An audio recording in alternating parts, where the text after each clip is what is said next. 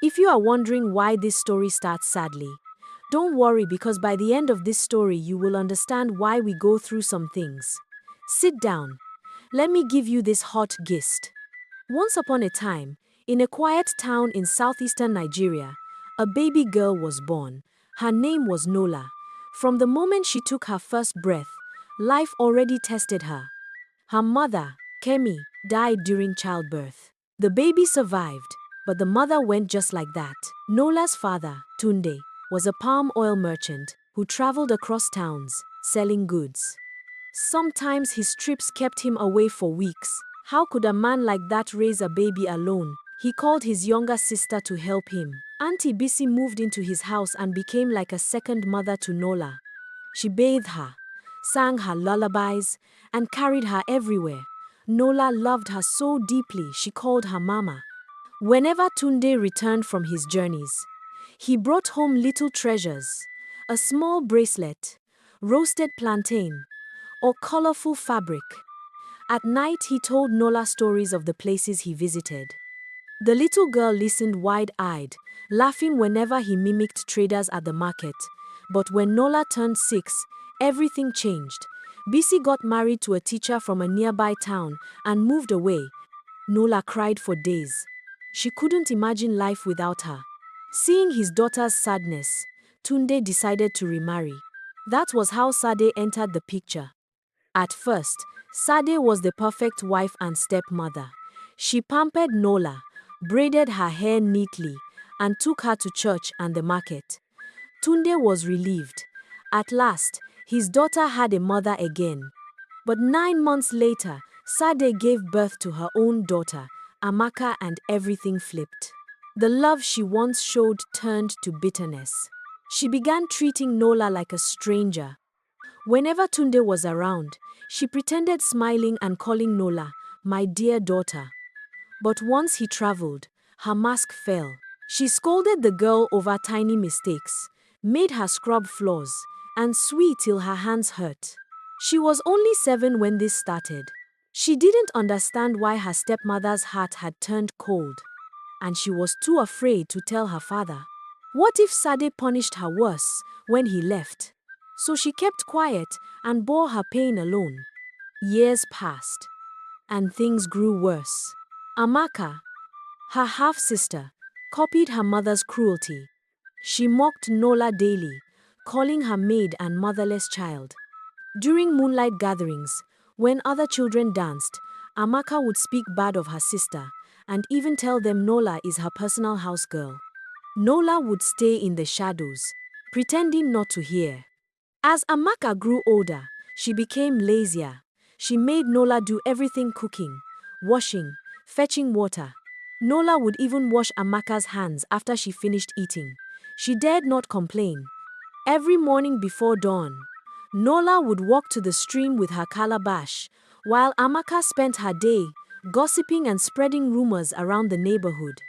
Life dragged on like that until one morning, Nola was heading to the farm when she saw an old woman struggling to lift a heavy basket of mangoes on the roadside.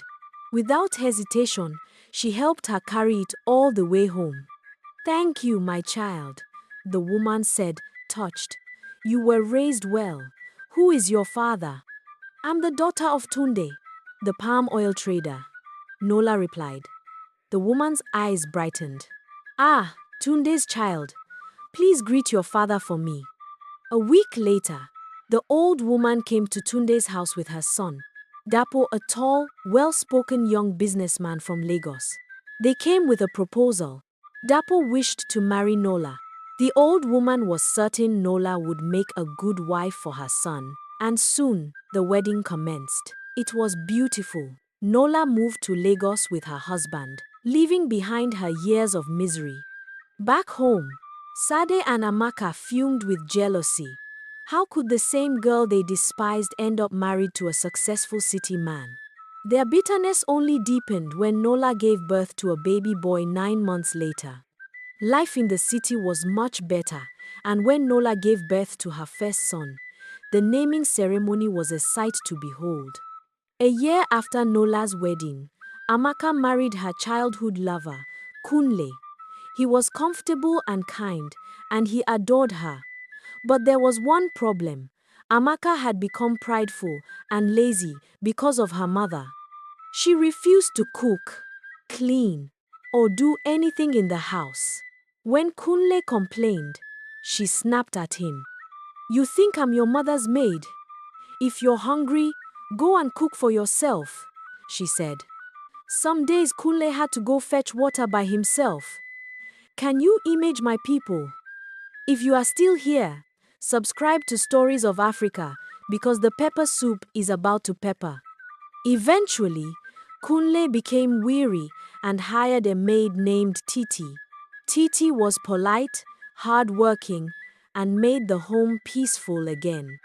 If it was fetching water, Titi, cooking, Titi, anything at all, Titi, to make it worse, Amaka treated her harshly, shouting insults morning and night. 5 months later, Amaka discovered Titi was pregnant.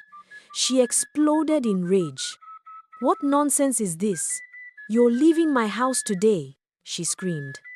Before she could continue, Kunle's voice thundered. Nobody is leaving. In fact, you're the one who's leaving. I'm done with your arrogance. Go back to your mother and learn manners. I have found peace with Titi, and she's carrying my child. Amaka froze, trembling. Kunle, what did you just say? I said pack your things. By tomorrow morning, I don't want to see you here. The next morning, Kunle escorted her out of his compound. Tunde sat outside with Sade when Amaka arrived. Amaka narrated everything to them and had told her to inform them that in a week's time he will come and end things with her. Tunde's face darkened. He turned slowly to Sade. You did this, he said coldly. You thought I didn't see how you treated Nola. You spoiled Amaka, taught her no discipline, and now you see the result. Deal with it. And walked away on them. That day, Sade wept so bitterly, even the gods felt sorry for her. But there is a proverb that says, you will reap what you sow. Sade just realized what she reaped and could hardly live with herself. Take care, my people, and see you next week.